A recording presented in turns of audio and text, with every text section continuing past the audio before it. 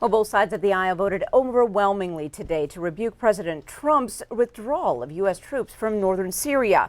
Among the Republicans who voted in favor of the resolution, Montana's Greg Gianforte and Wyoming's Liz Cheney.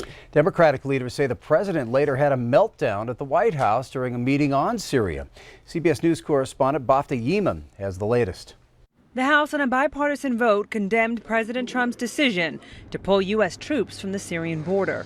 It calls upon the president to urge the Turks to exercise restraint, for us to have humanitarian assistance to some of the Kurds. Democratic House Speaker Nancy Pelosi said the resolution also calls for a clear plan on how the U.S. is going to fight ISIS with the Kurds under siege by Turkish forces. Pelosi and other Democratic leaders said they walked out of a briefing with the president after it turned heated. He was insulting. He called her a third-rate politician. Go ahead, What we witnessed on the part of the president was a meltdown.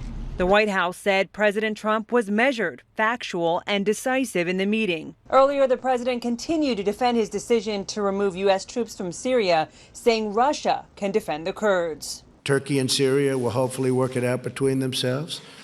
Hopefully, ISIS will be guarded. One of his closest allies, Senator Lindsey Graham, criticized the president's move, and he fired back. To rely on Russia and Iran to protect us against the rise of ISIS is, quite frankly, insane. Lindsey Graham would like to stay in the Middle East for the next 1,000 years. I want to get out of the Middle East. President Trump released a letter he sent Turkish President Erdogan just days after ordering the American troop withdrawal. Let's work out a good deal, the letter began, and ended with, don't be a tough guy, don't be a fool. Vice President Mike Pence and Secretary of State Mike Pompeo are scheduled to meet with Erdogan on Thursday in Turkey, hoping to secure a ceasefire.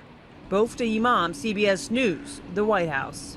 Now, the Turkish president says he is now reevaluating plans to visit President Trump in Washington next month.